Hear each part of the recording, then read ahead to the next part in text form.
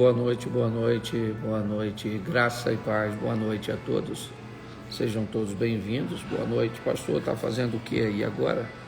Sem avisar, começando uma live. Pois é, estou com um tempo extra aqui no saguão do hotel, tudo bom? E resolvi fazer só uma reflexão com vocês, tem bastante tempo, ok, que eu não tenho estado com vocês e eu sinto um pouco de falta, mas são muitas coisas, são muitos afazeres e acaba não dando tempo, a viagem, essas coisas todas. Mas aí eu resolvi fazer uma reflexão agora com você, deixa a turma ser aí informada de que a live começou. Estou tentando ver se nós conseguimos fazer novamente a nossa live pela manhã, não está sendo fácil, né? Mas a gente vai dar um jeito de conseguir fazer pelo menos aí umas 3 vezes por semana. Vamos tentar estar mais perto aí, refletir um pouco, dividir nossas experiências, nossas dores, dividir um pouco. Deixa eu me ajeitar aqui, estou aguardando, estou em Brasília, vou para um evento aqui já, ministrar na Comunidade das Nações. Mas boa noite a todos, boa noite. Por que os pastores cobram para pregar? É uma boa pergunta. Por que será que as pessoas cobram para pregar? Porque algumas têm, na verdade, a pregação como uma profissão, eles sobrevivem disso. Outras têm a pregação como um ministério.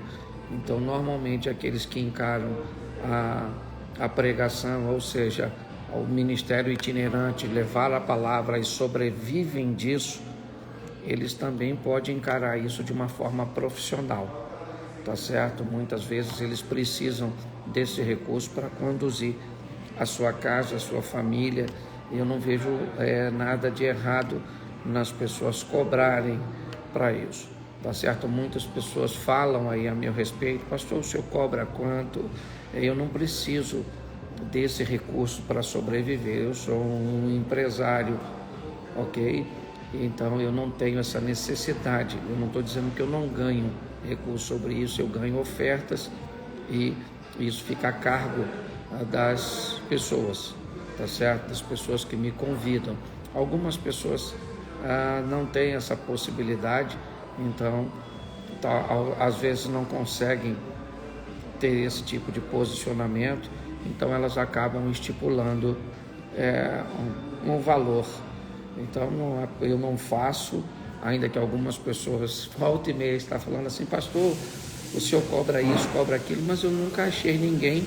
E se você achar, a qualquer hora pode entrar aqui e dizer: olha, pastor, o senhor cobrou tanto para ir na igreja de fulano, ok, para pregar num culto.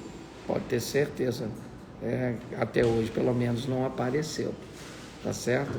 Mas existem realmente as pessoas que cobram e eu respeito, apesar de não ser o meu modelo, eu respeito, tá certo? Gostei da pergunta. Vamos lá? Por que será? Aí eu não consigo ler aqui, é meio complicado, né? Essa é a grande questão. pastor, onde o senhor tem igreja? Eu tenho uma igreja em Xerém, no Rio de Janeiro, mais ou menos 35 quilômetros a 40 quilômetros do centro do Rio. Estou lá todas as quartas e domingo, tá certo? E vai ser um prazer te receber. Não paga para entrar, você pode ficar tranquilo, tá certo? Mas eu entendo. Mas alguém está dizendo aí: Jesus não cobrava para pregar. É lógico que ele não cobrava, ele tinha recursos. Nós encontramos isso na Bíblia. Eu estou falando, se você não gosta de quem cobra, eu te dou um conselho: não convide para ir à sua igreja. É assim que eu faço.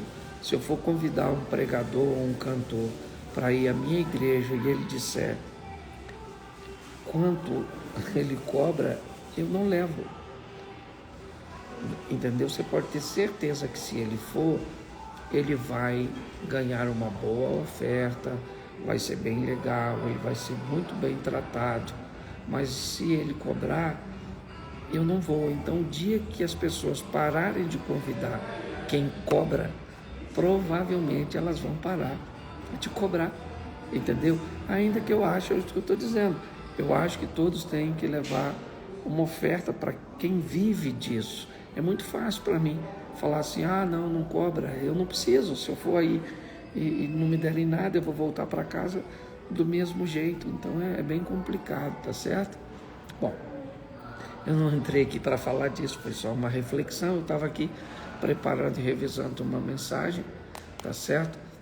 Amanhã eu estou amanhã eu estou em Belo Horizonte, isso aí. Amanhã eu estou com os mineiros. Hoje eu estou aqui em Brasília, vou falar na Comunidade das Nações aqui do Bispo JB, aqui no CIA, no setor de indústria. E amanhã eu estou num teatro, agora me falhou aqui a memória, mas eu estou num teatro aí em Belo Horizonte. E também no sábado de manhã eu estou aí na igreja do pastor Jorge Linhares, também em Belo Horizonte, no trabalho dos homens, tá certo? E à noite, no sábado, aí eu já estou de volta no Rio, fazendo o fechamento do Louvorzão da 93, segunda-feira. Aí eu já estou é muita coisa para lembrar, mas na segunda, dia 4, eu estou em São Paulo, Guarulhos, ok? Então vamos lá. Isso, vamos lá, tá certo? Então dei aí. Bom, só fazendo uma reflexão sobre perseguições, sobre essas coisas que as pessoas reclamam tanto, sobre essa dificuldade de relacionamento. Eu queria lembrar que é assim que Jesus começa seu ministério. Ele não desperta desconforto em ninguém, porque o que ele tem é apenas um pequeno grupo, um grupo bem pequeno que resolveu ouvi-lo, prestar atenção em seus ensinamentos. Enquanto esse grupo ele é pequeno, deixa eu tirar os comentários, isso não causa desconforto em ninguém. Mas à medida em que esse grupo aumenta, à medida que as pessoas vão chegando, à medida que vai havendo um interesse para aquilo que Jesus está fazendo, as coisas começam a tomar um outro vulto. À medida que há uma expressividade naquilo que Jesus faz, as pessoas começam a vir em número muito maior. Então, começa a se chamar a atenção para Jesus. Ele começa a ser visto e quando ele sai principalmente de uma vida ordinária para uma vida extraordinária, quando ele começa a mostrar que tem poder não apenas em seu discurso, não apenas em suas palavras, mas que ele também tem um poder sobrenatural de alimentar pessoas, de curar pessoas, de expulsar demônios, as coisas não ficam muito boas para ele. Me parece que o que a Bíblia está querendo nos ensinar é que todas as vezes que estamos no anonimato, todas as vezes que não fazemos a diferença, todas as vezes que a nossa vida é uma vida comum, ordinária, uma vida sem expressividade, ok? Inevitavelmente as pessoas não vão notar você quando o seu carro ele é um carro muito simples ou igual ao de todos, onde a sua casa se assemelha a todos os demais, onde sempre seu comportamento e suas ações seguem um padrão normal. Quando você eleva esse padrão, quando você começa a ir para uma outra fase da vida, você evolui, você não se torna melhor do que ninguém porque tem coisas mais valiosas do que elas. Não é assim que a vida funciona, mas isso te causa um bem-estar e te leva a poder provar coisas extraordinárias, tá certo? A ter um estilo de vida que ele é seu, e é muito importante você entender que nunca o seu carro te faz melhor, a sua casa, a sua conta bancária faz melhor você do que ninguém. Por favor, não pense isso, ok? Porque isso não é real. Mas isso dá a você a possibilidade de oferecer um conforto à sua família, de você obter um conforto, de você ter alguns privilégios que eu acho que é uma grande bênção do Senhor. Então, todas as vezes que a sua vida vai saindo de ordinária para extraordinária, todas as vezes que você começa a fazer coisas que pessoas comuns não fazem, a inveja, a perseguição, ela inevitavelmente ela vai te alcançar. Se você não gosta que as pessoas falem de você, comente a seu respeito, que uma frase que você dita seja comentada por muitas pessoas, sejam distorcidas, que a sua opinião não seja agradável a muitas pessoas, eu sugiro você a ficar no anonimato, a viver uma vida comum, ordinária, como a maioria das pessoas vivem, e não há nada de errado nisso. A minha preocupação é quando pessoas querem subir de nível, mudar para uma próxima fase, fazendo coisas, tendo coisas, realizando coisas que a grande maioria das pessoas não fazem, e elas não querem as pedras, os apedrejamentos, os reconhecimentos, né, as distorções, ou pelo menos o reconhecimento inadequado daquilo que é feito, tá certo? Quando Jesus começa a chamar a atenção, por que motivo? Ele chama a atenção porque ele está fazendo coisas diferentes, então vem atrás dele todo tipo de pessoas, né, certo? Vem os necessitados que estão em torno dele porque querem tirar dele alguma coisa, certo? Querem ver se ele vai curar naquele dia, se ele vai multiplicar o pão, se pode levar alguma demanda para ele. Esses são os necessitados. Eles vão os curiosos, que na verdade não tem nada para resolver, mas querem estar perto, querem ver, querem dizer que viram, que participaram, que estiveram lá. Esse é um grupo muito grande, aquele grupo que vai simplesmente por curiosidade. Nós temos os invejosos, aqueles que gostariam de fazer o que você está fazendo, mas não podem, então eles têm que criar alguma posição, algum adjetivo depreciativo para e buscar descredenciar você. Tem os religiosos, aqueles que iam atrás de Jesus e não gostavam em nada do que Jesus estava fazendo, porque muitas vezes não seguiam um padrão que eles gostavam, que eles acreditavam, ok? Naquela multidão que seguia, que estava de olho em Jesus. Agora, numa vida extraordinária, tinha as pessoas boas e tinha também as pessoas ruins. Aprendam a lidar com gente. Jesus nunca teve problema com pessoas, porque ele sempre soube colocar cada pessoa no seu devido lugar. Eu acho que vale a pena nós darmos uma olhada na nossa vida. Hoje eu vejo pessoas muito cansadas de seus relacionamentos, muito estressadas e bem desanimadas mediante a tudo. Mas eu quero dar uma palavra. Ontem eu tive um dia desafiador, ministrei até uma palavra na igreja que assustou algumas pessoas quando falei das minhas fraquezas, das minhas tristezas, ok? Porque muitas vezes o líder religioso, ele parece ser um super-homem, ele parece ser uma pessoa que não enfrenta adversidade, não enfrenta problemas, e não é assim que funciona. A humanidade é uma das coisas mais extraordinárias. Eu aprendi que quem fala de fraqueza não fala de fracasso.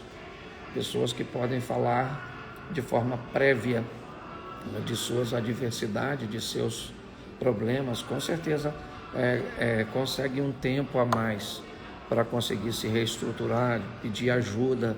Aquelas pessoas que buscam maquiar suas crises, aquelas pessoas que buscam esconder suas fraquezas, é só uma questão de tempo até o divórcio bater a sua porta, até aquela dor que estava ali durante 6 meses e foi negligenciada, agora se tornou um câncer.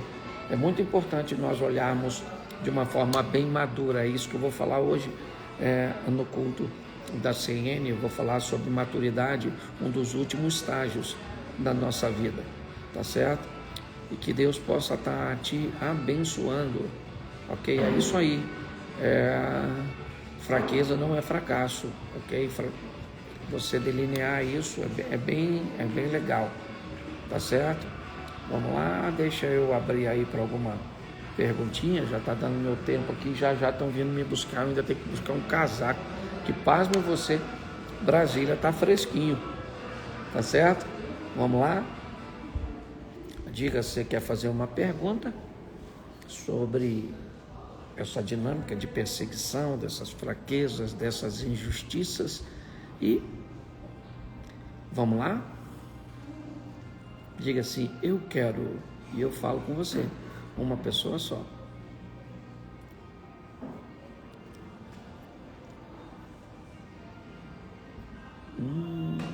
Quero perguntar. Vamos lá, Juarez. É Juarez? Eu acho que é isso, Juarez. Vamos ver se você entra ao vivo conosco. Se der para entrar, eu acho que é isso aí. Vamos lá, chamei o Juarez. Boa noite. Oi, boa noite. Seu nome? Juarez Você Santos. fala de onde, Juarez? Falo de Petrolina, Pernambuco. Petrolina, terra boa, é isso aí. É, Aí você está do lado de Juazeiro, é isso? Só atravessar a ponte? isso, Só atravessar a ponte. isso. Na verdade, eu estou em Juazeiro, né, que é do lado de Petrolina. Ah, então tá jóia, tá aí pertinho, pertinho das uvas, pertinho das mangas, pertinho. Isso, perfeitamente. Conheço bem isso aí. Você conhece aqui? Conheço. Certo? Já tive aí tanto em Juazeiro quanto em Petrolina. Bom, vamos lá, queridão. Fala, faça a sua pergunta. Na verdade, eu queria saber, pastor, do senhor, qual que, na sua interpretação, qual que é a diferença de salvação, graça e reino? Salvação, graça e reino. E reino. Então, Isso. vamos botar aqui o reino como uma casa. Teríamos, deixa eu falar assim de uma forma bem simples. Nós temos o reino Tá. dos céus, que é aquele que a Bíblia nos chama, a morada celestial, aquele local onde não há dor, aquele local onde não há tristeza, onde não há doença, ok? Esse lugar é um lugar reservado para nós. Mas nós temos um outro reino, que é a cultura do reino, aquele que Jesus disse na oração: venha o teu reino. Enquanto nós não vamos para esse reino da glória lá no céu, eu posso trazer a cultura do reino para minha casa, para minha família. É como, por exemplo, você ir a um restaurante japonês em Petrolina, tá certo? É como se alguém trouxesse a cultura do Japão, a comida japonesa para você comer aí, certo? Não é ainda, não é o Japão. A comida japonesa é lá, ela é um pouco diferente, certo, daquela que nós comemos aqui, mas quando nós comemos aqui uma comida japonesa, é como se nós estivéssemos já tendo uma prévia do que é a comida no Japão. Então eu diria, a grosso modo explicando, que o Japão seria o reino, aquilo que nós vamos um dia, mas que o restaurante japonês seria o reino aqui na Terra, quando nós trazemos isso para cá, tá certo? Então, esse é o reino. Eu divido em dois: o reino da eternidade e o reino da cultura. Agora vamos lá. Graça. Graça é aquilo, na conotação, a palavra graça pode ser graça de sorrir, graça de beleza, graça de nome próprio. A palavra graça tem uma série de... Mas a palavra graça, no contexto que você está me perguntando, ela tem a ver com favor que não se merece. Tá certo? Então, é como se fosse assim: reino é para onde nós vamos e só vamos porque não merecemos. Por melhor que somos, nós não merecemos. Então, a graça entra. O que é graça? Graça é aquilo que encobre uma dívida que ninguém pode pagar. E o que é salvação? Salvação é ser alcançado pela graça para entrar no reino. E isso só se faz com arrependimento e conversão. Então, como é que eu acesso a salvação? Arrependei-vos e convertei-vos, porque é chegado o reino de Deus. Certo?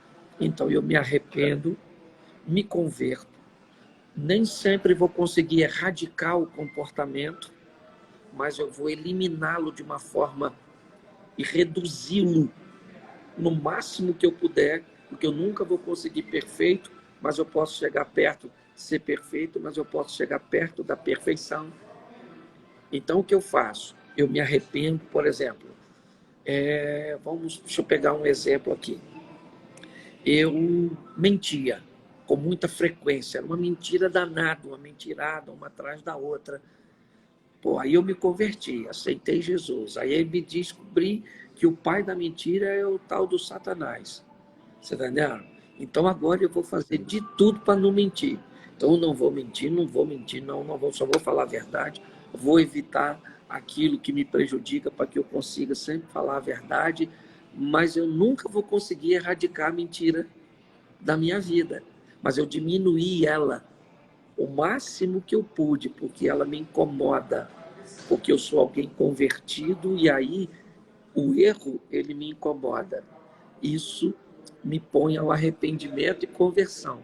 Quando eu faço isso, eu acesso à salvação.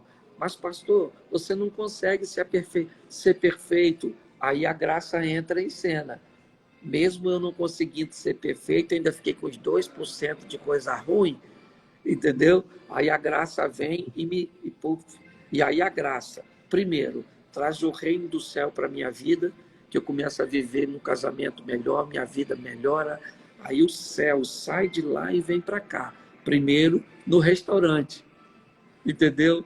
Mas um dia, aí eu vou pegar essa passagenzinha, esse veículo chamado morte, e aí ele vai me levar para o outro lado, para o reino de Deus. Então, numa explicação, espero que tenha te satisfeito aí a sua pergunta e a de muita gente. Muito obrigado, porque foi uma pergunta inteligentíssima, certo? Riquíssima. Uhum. Então, aqui está o reino, aqui está a graça e aqui está a salvação. Certo, certo. Emendando aqui, só para fazer nota aqui, mais ou menos nessa mesma linhagem. Para o senhor, existe uma diferença de crente e cristão? Sim. Se existe, como você explica? Sim, o crente é o primeiro estágio. O crente é o primeiro estágio, é o estágio que você sai da incredulidade para o crer. Entendeu? Só que aí, o crente é só a primeira fase. Seria mais ou menos assim como uma fase intermediária. Posteriormente, o crente precisa virar cristão. O crente é como se ele conhecesse a teoria.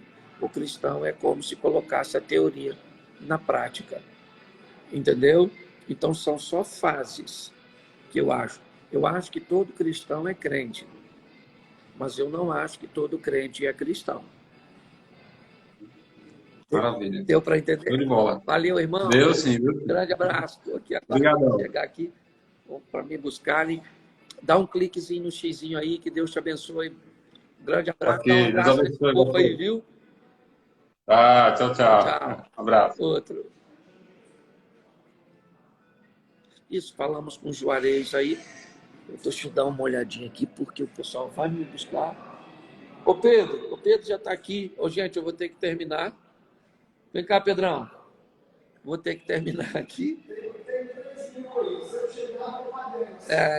Pedro vai vir aqui, me dar um abraço aqui, ó. Esse aqui é meu amigo Pedro, ó.